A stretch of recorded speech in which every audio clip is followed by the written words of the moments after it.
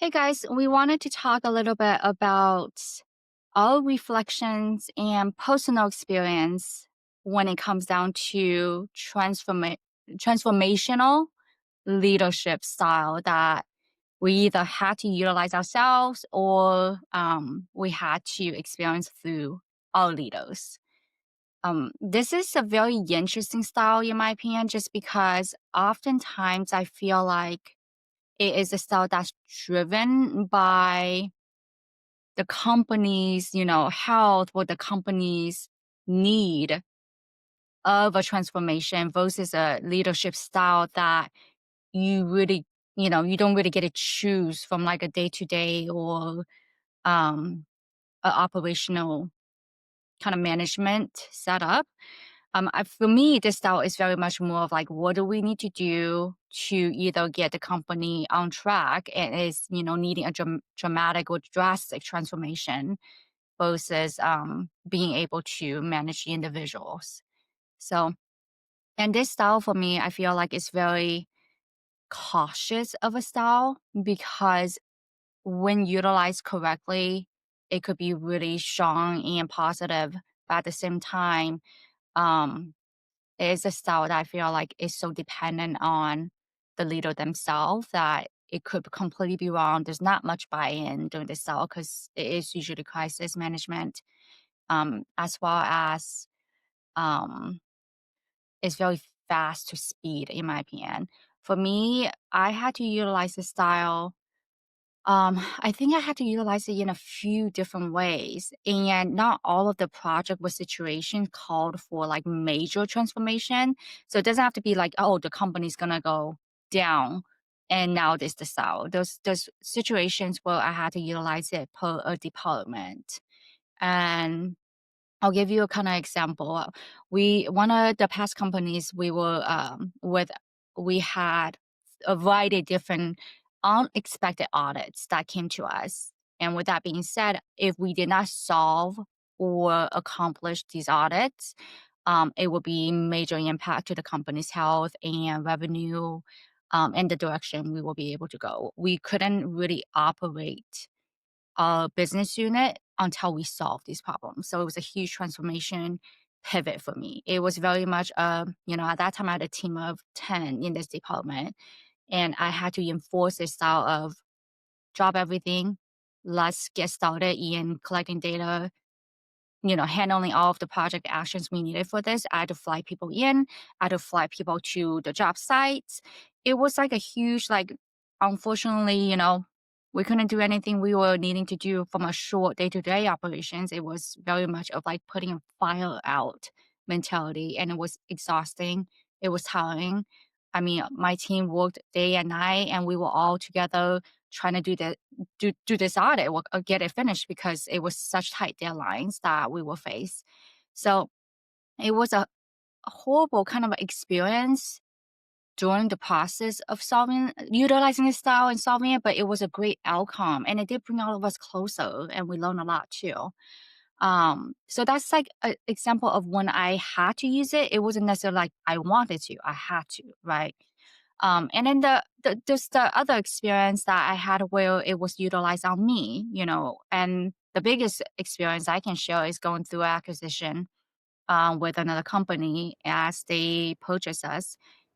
And it was a very interesting transformational style because you have two sides of the pendulum. It was utilized to a point where they had to incorporate our business model, our business needs into their day-to-day operation and their compliance and the way they operated. But it was difficult because, we had a company size of almost like 400 people.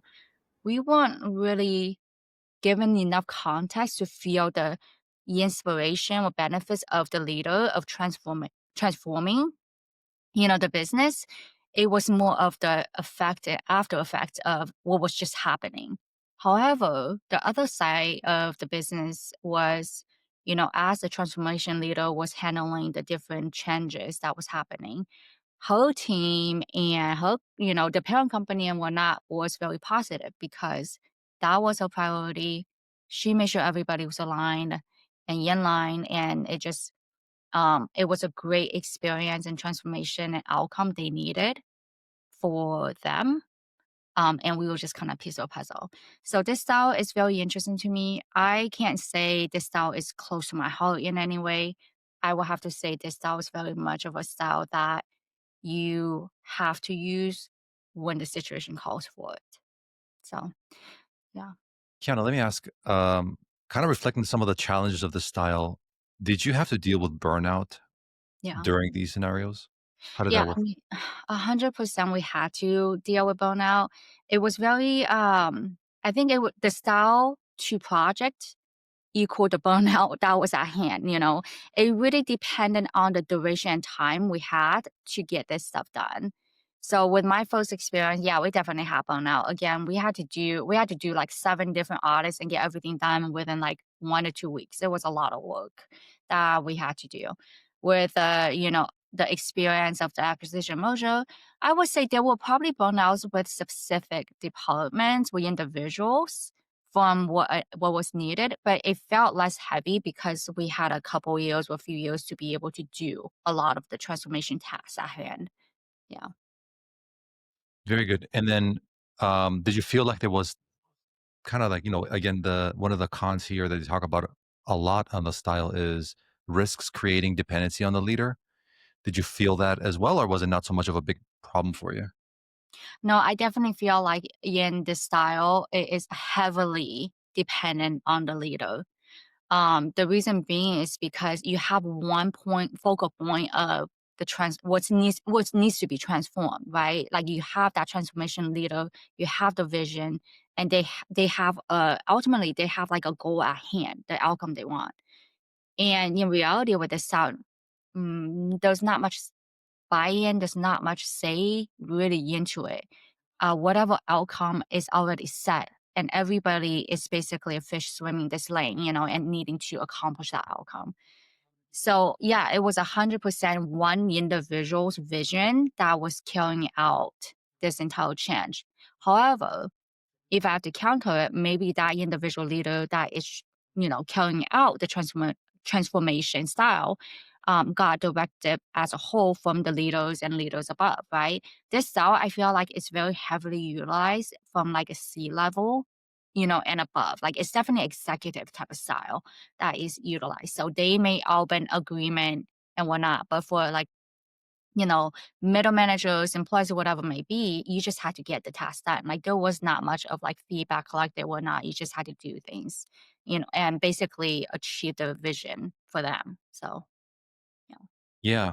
I feel like I had something similar from my experience. You kind of hit the nail on the head when you said it's like sea level and above. There's usually, in my experience, has been one, two, three individuals that I can kind of see to myself as that visionary transformational leader. And it was for different purposes each time. And that kind of helped lead the rest of the leaders in the team to kind of follow suit with that approach and kind of their vision and mission for the company.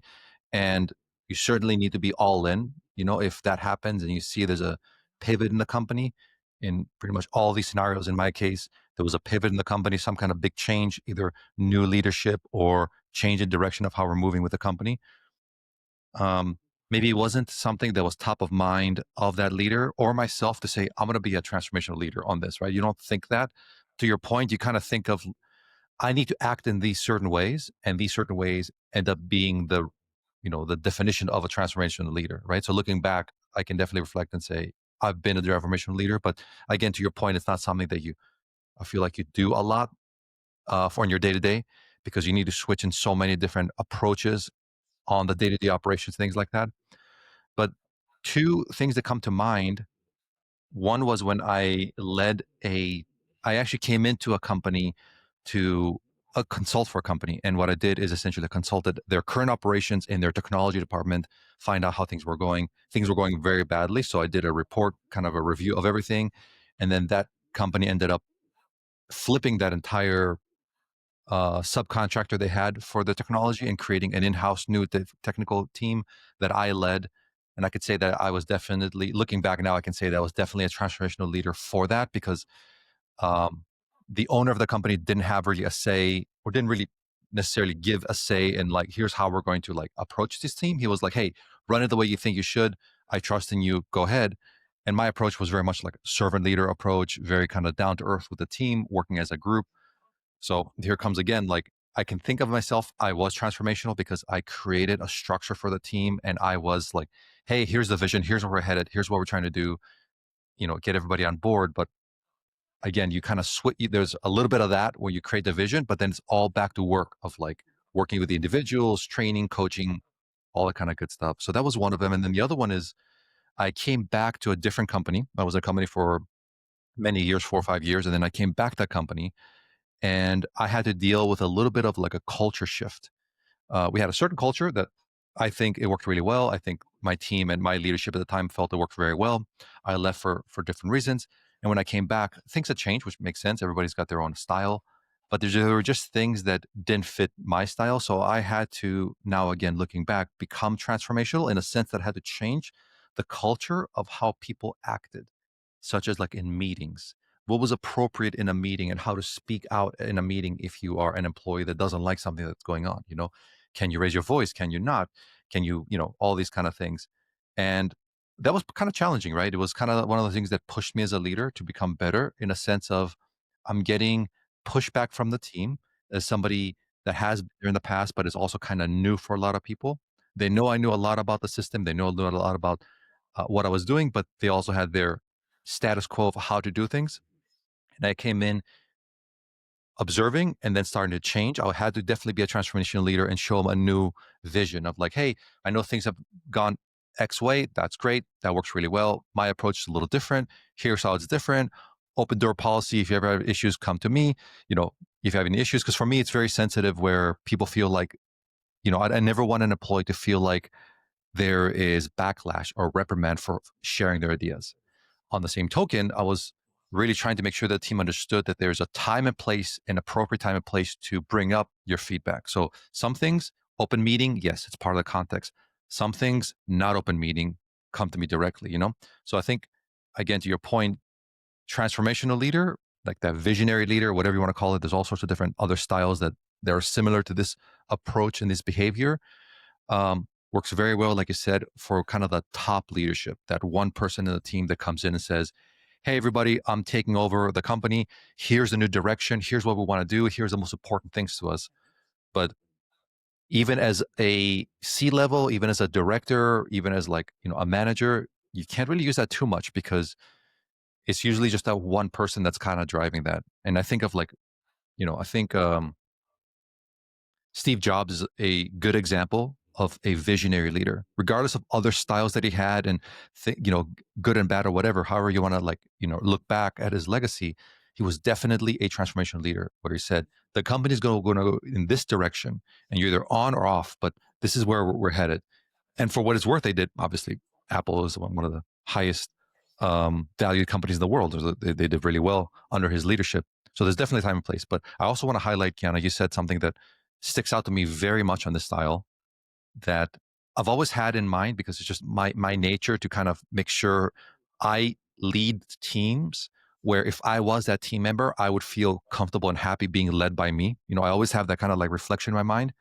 Is that piece that you said earlier, which is like a charismatic leader, a transformational leader that is toxic or that has values or, vision that is not serving the actual vision of the company as much as it's serving them personally. So I just want to highlight that it's so important to self-reflect. I don't care if you're a CEO for 15 years, you've had 15 different companies of your own, if you've sold them in millions, it doesn't matter. There still needs to be that kind of self-reflection and check to see how are you leading as a team? And is that coming from your own personal ego or is it coming from the true benefit of the company and your vision as a company? Yeah.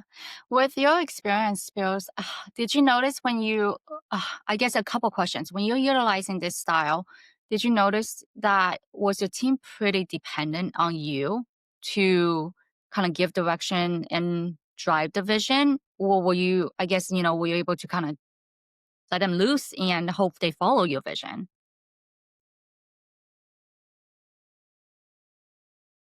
I think initially it feels very much like they depend on you Mhm. initially because there's a lot of holes and questions about how this is moving forward. Like when I first came back to this one of my previous careers, there was a lot of like, how is this person going to approach this? How are they going to react to this? Can I bring this up? Can I bring that? They say it's open door policy, but can I really go to them and ask them and tell them like, hey, this system sucks. I really don't like it.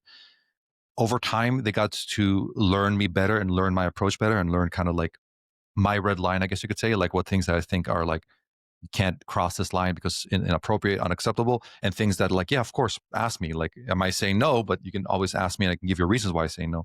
So I think early on, it's definitely a bit tiring, I guess you could say. Like you're kind of like always, I guess, oh, here's a way I'll put it. I remember the first 6 months in this new role that I returned to, let's say, I had a lot of one-on-ones with just different employees because I was like, open door policy, schedule a meeting with me, 15-minute tag, say what you need to, you come and say hi if you'd like, find out more about me. I can find out more about you, or just, talk about whatever you have concerns about. There were a lot. There were definitely like 3 a week. That's kind of a lot considering the scenario. And then over time, it was less. And over time, people understood me more. And over time, they had more of the freedom to speak in meetings and be a little more open and understand that I can bring up any issue that's going on as long as I bring it up respectfully. And if it's a very unique individual issue, I know that I should just go talk to my manager or to Speros directly and speak with them directly. So it was just kind of like a learning process for them to understand how I operate. And to be fair, I was also reflecting back on how I was operating, right? Like if it felt like it was too closed or too open, I would kind of adjust my approach. But yeah. Yeah. And I would say when you're doing this, well, when you're utilizing this style, how often are you noticing you're combining this style with other styles? Like for example, you give examples of actions were things that had to be transformational. But when the overall outcome is transformational, were you actually utilizing this leadership style to get to the outcome? Or were you Yeah. actually combining it? That's a really good question. And reflecting on this now, I would say I think I was never a quote unquote transformational leader in a sense that my dominant style always took over. Servant leader, democratic leader is probably more of my dominant styles. And I do have a little bit of autocratic in myself for sure, for sure. I was transformational in a sense that I behaved like what we have described and what has been described as a transformational leader in that high level.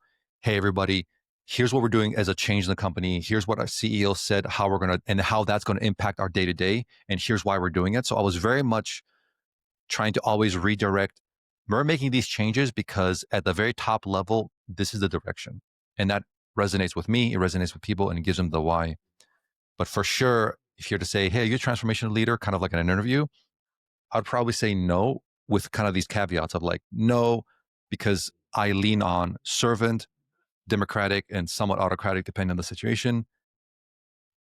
I think it's what you said earlier. It's like the transformational leader can really just be that.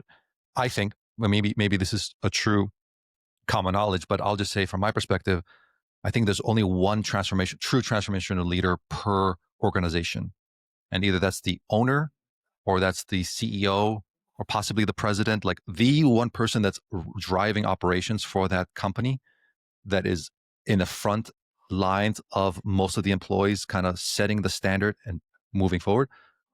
I think that is the true transformational leader in any one company. I think to think that there are more transformational leaders, yes, I think to some extent you can say that I'm a transformational leader because I'm, reflecting on the main direction of the company. But again, I'm back to the Apple example. Steve Jobs was the transformation leader of the company, at least from the outside perspective. From my knowledge, secondhand, third-hand knowledge, right?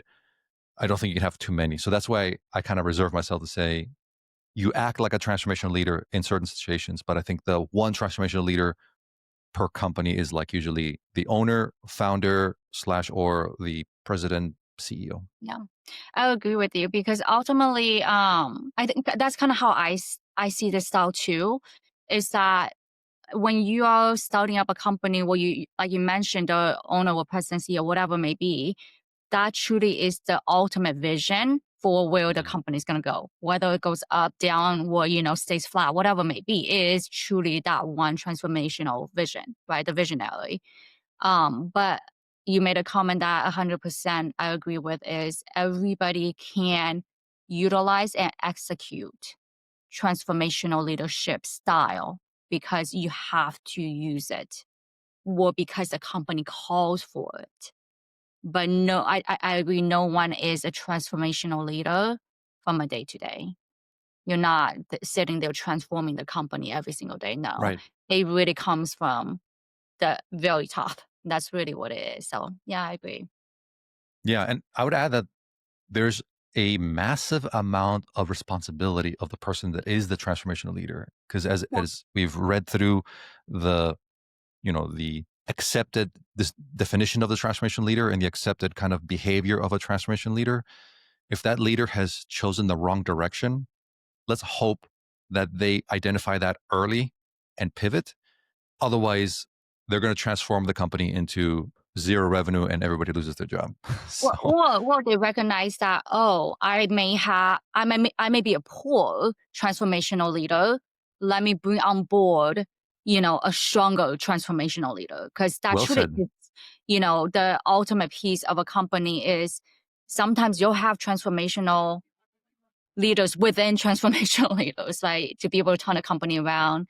As well as I think, other video we mentioned organizations outgrow people. That includes the visionary, that includes the top of the top and whatnot. And that's why companies to be able to scale and grow go out and hire expertise or SMEs, and be able to bring them in because that's how you're able to carry the strength of a company and continue its legacy. And a great CEO or leader, they should be able to recognize that.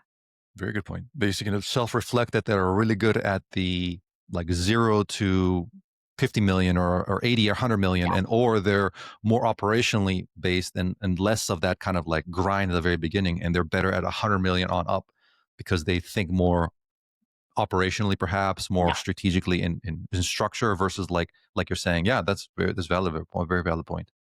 yeah. Well, awesome. Thank you so much for watching our video. Let us know again if you like these type of reflection, personal experience segments, and what has been your experience when it comes down to transformational. Also, let us know if you want to hear any other experiences, or if you want us to reflect upon any experiences that you would like to share. And we'll see you in our next video.